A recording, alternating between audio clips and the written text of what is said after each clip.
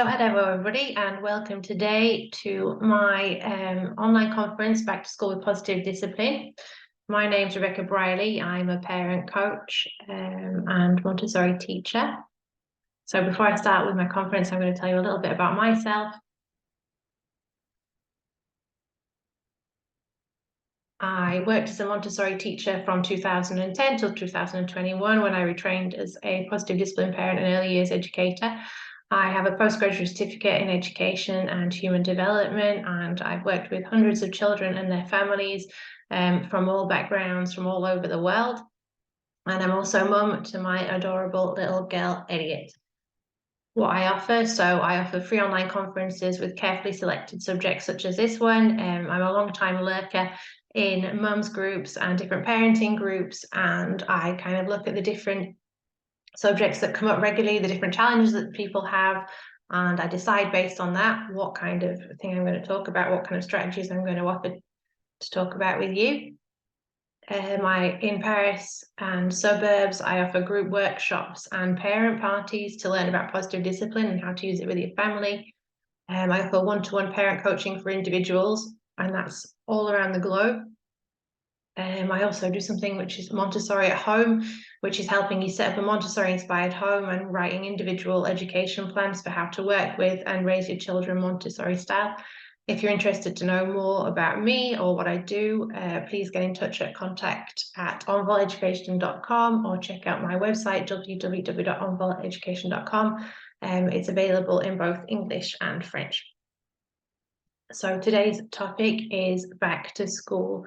Children and their parents can both be very anxious about the first days of school, whether it's their first ever time at school or whether they're going back to school for the third or the fourth or even the fifth time. And for children, there can be many unknowns. So the building, their teacher, the other children in their class and what they're going to be like, the food at the canteen, what the rules are, what the expectations of the adults are, what activities they will be doing, and not knowing can be a source of anxiety for children and their parents. And the other difficulty, the challenge that a lot of parents and children face is the big emotions that children can have when separating from their parents. And many parents also have some separation anxiety. So the first thing that I'm going to say to you is that yours and your children's feelings are totally normal. It is normal to be anxious about the unknown, and it is normal for children and parents to be anxious about separating. Now that I've validated your feelings, that it's normal for you to feel the way you do, this is something that you can also do for your children. You can tell them that, you know, whatever they're feeling about going back to school, it's totally normal. Our role as parents is not to magically take away or stop our child's feelings. Having feelings is both normal and healthy. Our role is to help them understand and manage their feelings, to listen to our children, and also to reassure them. Something else we can do as our role as parents is model for them how we manage our own emotions. So talking about feelings with your child. So neuroscience suggests even simply naming emotions helps children to emotionally regulate, and it calms the part of the brain that is active when children experience big emotions. So just simply discussing what different emotions feel like in different parts of their body and helping children to identify them is a first step towards emotional regulation. So what you can see here on this slide is that I've got two different posters naming different kinds of emotions. The first one at the top, so smaller children, so we'll say 2 to 5 to 7 years old. Very simple, our basic emotions. And you can use this as a support tool to talk with your children about the different kind of responses that they have in their bodies when they feel a particular emotion. So you look at the poster together, you can say, when we feel angry, you know, we can furrow our brow and clench our teeth and sometimes our fists, and we can feel really hot. Or, you know, when we feel anxious, we can have trouble breathing, we can feel shaky, we can feel sick in our tummies. And so that they start to be able to make a link between what they're feeling and, you know, naming it and owning it and, you know, knowing how they feel. The bottom poster is for older children, 7, 8 years old, all the way through to adolescents and adults. where you can talk and be much more specific and precise about the different emotions that they're feeling about going back to school.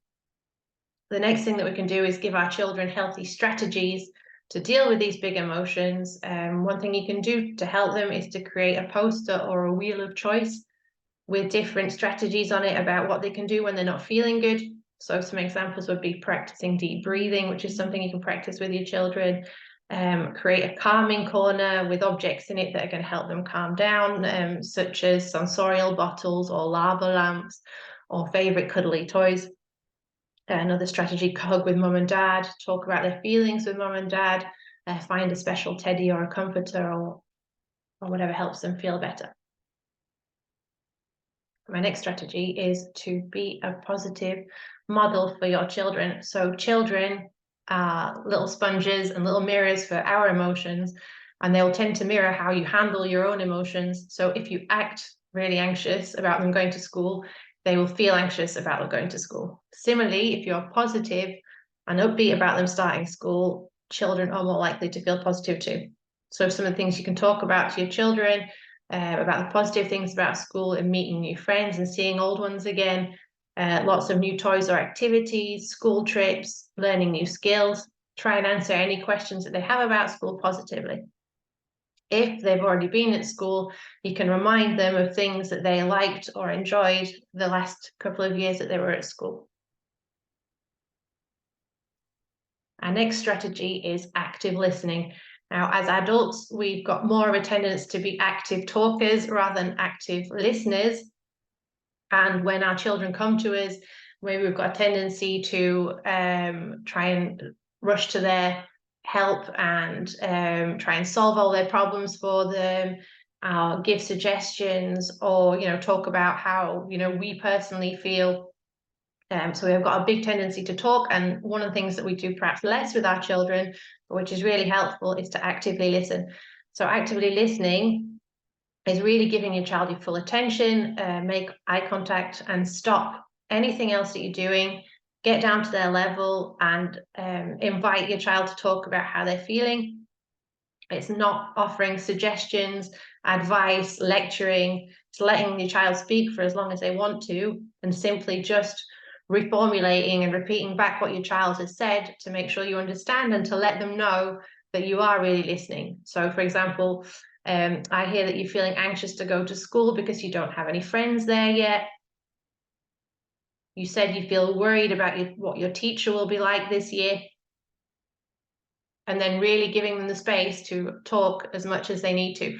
Now, it sounds very simple, but it's really effective. This was one of the exercises that I did in my own positive listening training, and the difference between somebody kind of listening to reply and to give you lots of advice and suggestions and talk about their own emotions, and the difference between that and somebody listening and really listening to you and simply giving you the space to talk is phenomenal. And I just felt so much better when I knew I was being actively listened to, and the person just reformulated back to me what I said and gave me all the space that I needed to talk. So it's a simple tool, but it's a very, very powerful one, and it will really help your children kind of get their thoughts in order and start to manage how they're feeling and understand how they're feeling about going back to school. My next strategy is to make school familiar before it starts. So as much as you can find out about the school and share it with your child, the better. Some ideas are teacher's name and a photo of your teacher if possible. You could find this on the school website. What a typical day is like and what kind of activities they will be doing, or what kind of rules might be in place, what will be expected of them.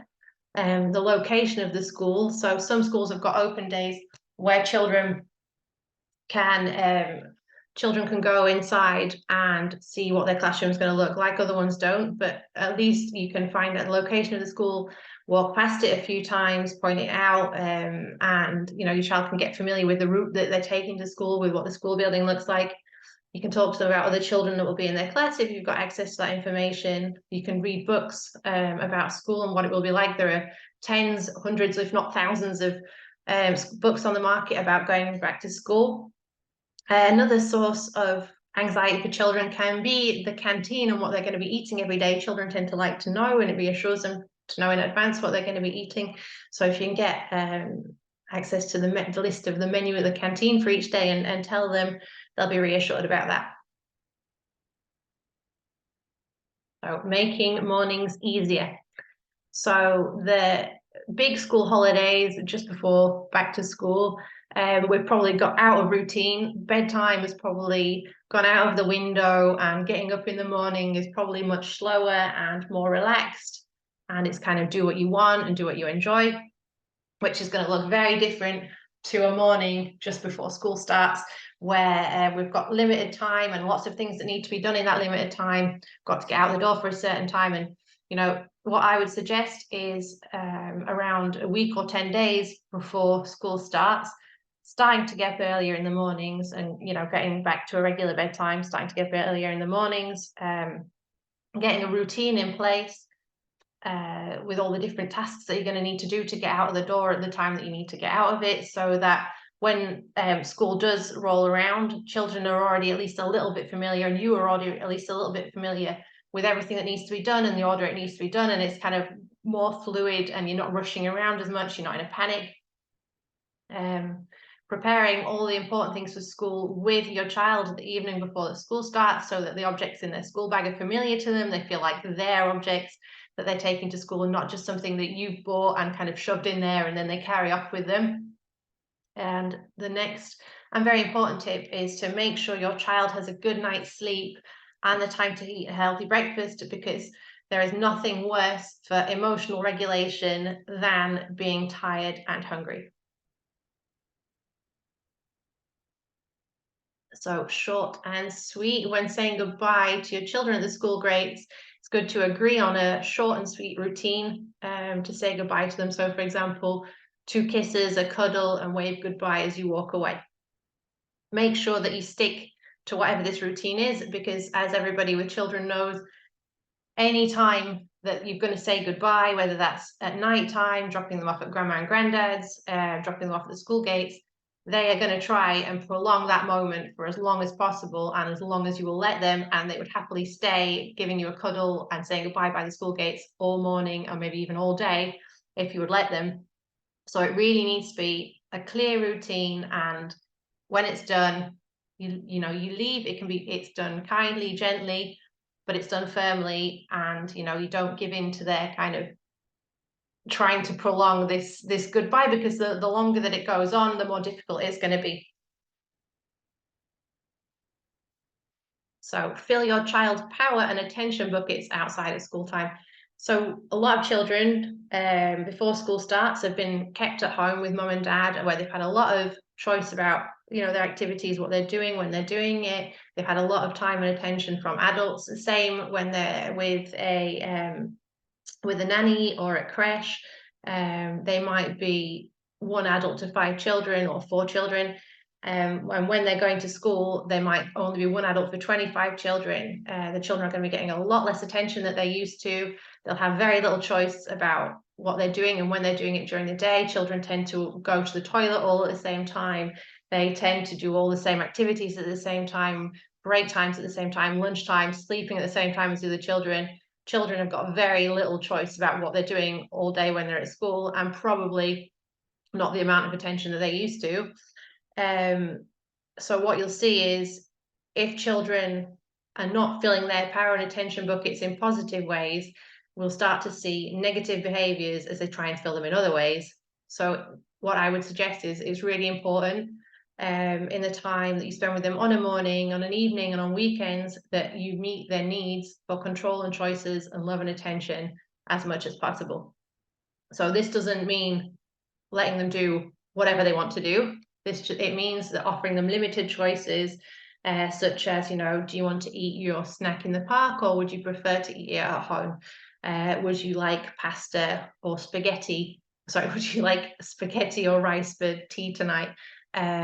Would you like to go to the park this morning, or would you prefer to go swimming? So as many choices and as much control as they can outside of school time will kind of help them fill their power and attention buckets that are not necessarily getting filled up as much as they need while they're at school. and it will help kind of limit the amount of bad behaviors that you see as they're looking for this power and attention. So my last tip is to give your child and yourself time to adjust. So school is a big adjustment for children and their parents. Be kind to them and yourselves for the few weeks it takes everyone to adjust to the routine. Now, I've written a few weeks, but it can take longer. It can take, months or even years for some children to settle in and really feel at home at school. And I'm not trying to scare anyone saying that, it's just the reality. I had several children in my class, but I had children in my class because I'm a Montessori teacher for 3-year cycles, and some of them, it took most of that 3-year cycle for them to settle in and to start feeling good about coming in the morning. And it's just important to be aware that it's normal, for some children to take longer than others to settle in. It doesn't mean there's anything wrong with your child. The best thing for you to do is to use as many of the strategies that I've given you today as you can, and also give your child grace and yourself grace and kindness during the time that it is taking them to settle in.